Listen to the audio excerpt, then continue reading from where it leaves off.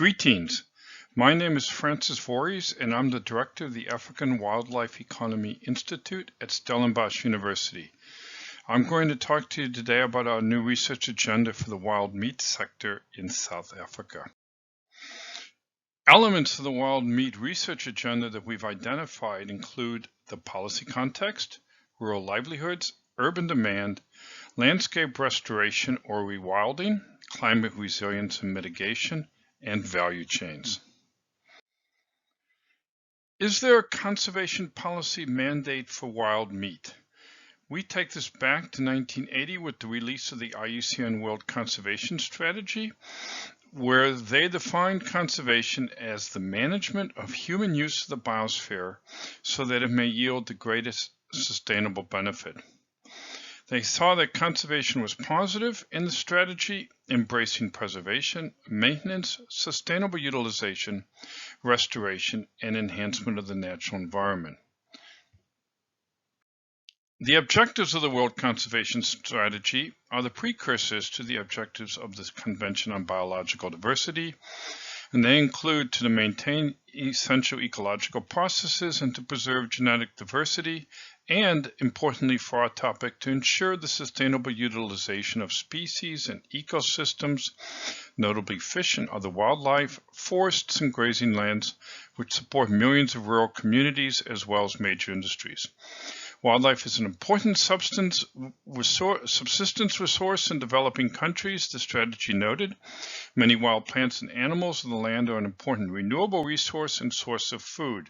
For example, in parts of Ghana, Zaire, and other countries in Western Central Africa, up to 3/4 of the animal protein comes from wild animals.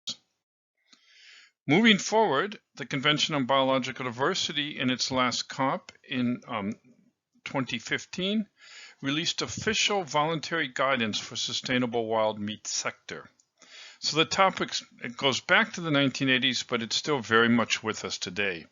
And the aim of this official guidance is to ensure that the supply of wild meat is sustainably and legally managed at the source, to reduce demand for unsustainably managed or illegal wild meat, and to create an enabling environment for the sustainable management of wild meat.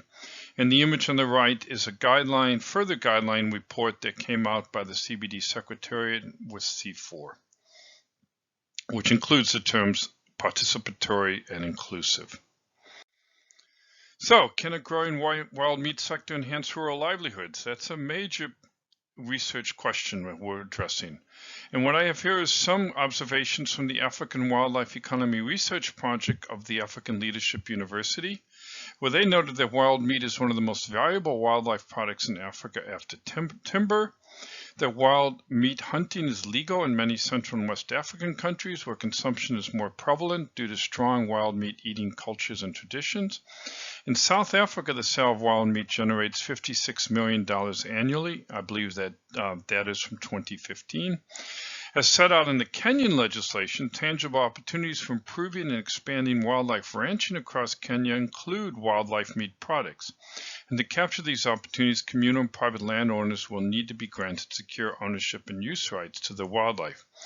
What we suspect is that wild meat is indeed a real winner for rural communities. It's a product that they can produce sustainably, inclusively, responsibly, and sustain and enhance their livelihoods off of the production of this product.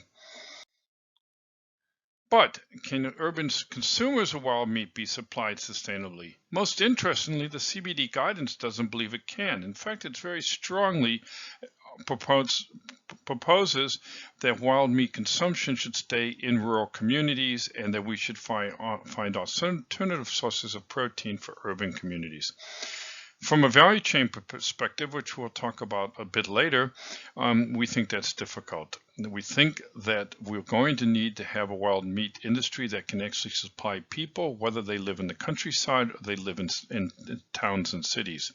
And interestingly, the CBD guidance does provide some recommendations that might make this possible, but this requires more research on the barriers, on the challenges, and so on. But if it is possible, then supplying urban consumers could further enhance rural livelihoods by increasing their customer base and increasing the returns they can make off of their sales. First, the CBD guidance calls for a rationalization of wildlife laws to focus on sustainability and to encourage legal, sustainable, and traceable trade. So to get the wildlife governance structure right. Second, they will promote responsible consumption of certified sustainably sourced wild meat that can highlight benefits such as sustainability, local community livelihoods, conservation, and impact and health. And in fact, the African Wildlife Economy Institute is in collaboration with the Oppenheimer Generations Research and Conservation Group to promote a concept of the taste of game to explain to urban communities the benefits, the many benefits of wild meat from a health, from a conservation, from a livelihood, and a sustainability perspective. Another question we are asking is whether wild meat production can support landscape restoration or rewilding. From a recent paper on rewilding as a climate change mitigation, more about that in the next slide, they stated there are massive opportunities to reform the current livestock industry and rewild our rangelands by replacing at least a proportion of domestic ruminants with native megafauna communities. The rewilding of rangelands requires a major paradigm shift in rethinking of the world's meat consumption and provisioning. Actually, it's this article that got our interest in saying we better look at the possibilities of what are the possibilities of scaling up this sector, the wild meat sector. They go on to say for certain parts of the world, it could already be a realistic alternative, including large stretches of communal grazing areas in Africa. And this could also include, of course, mixed strategies where part of the domestic stock is replaced with wild megafauna. So I mentioned climate change. Can the wild meat sector actually mitigate climate change? Another interesting recent paper looks at this and notes that replacing wild meat consumption by forest dwellers, the focus of this study was on Latin America, with domestic animal protein sources would massively increase the global human carbon footprint through additional emissions from the livestock sector. Hence, there's a real carbon impact of getting rid of the wild meat sector. Maintaining healthy tropical forest game populations that can ensure sustainable wild meat consumption is an important piece of the climate change mitigation puzzle in developing countries.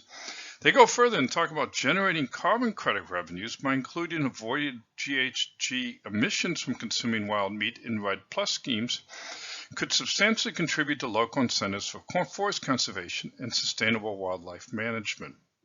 So we have climate change, we have rewilding, we have urban consumers, we have rural livelihoods, and we have the contribution to international conservation policy as some of the research areas we're interested in.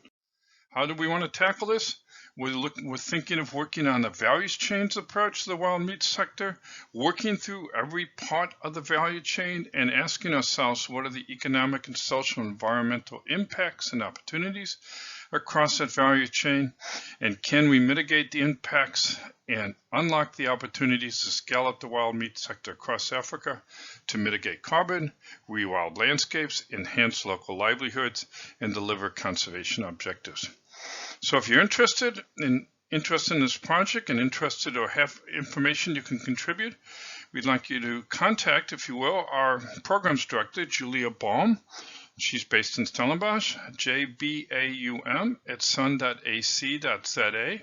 That's Julia Baum, jbaum@sun.ac.za. And get a hold of us. Let us know if you're interested in a new research program in the value chains of the wild meat sector. Thank you very much for listening and enjoy the rest of the conference.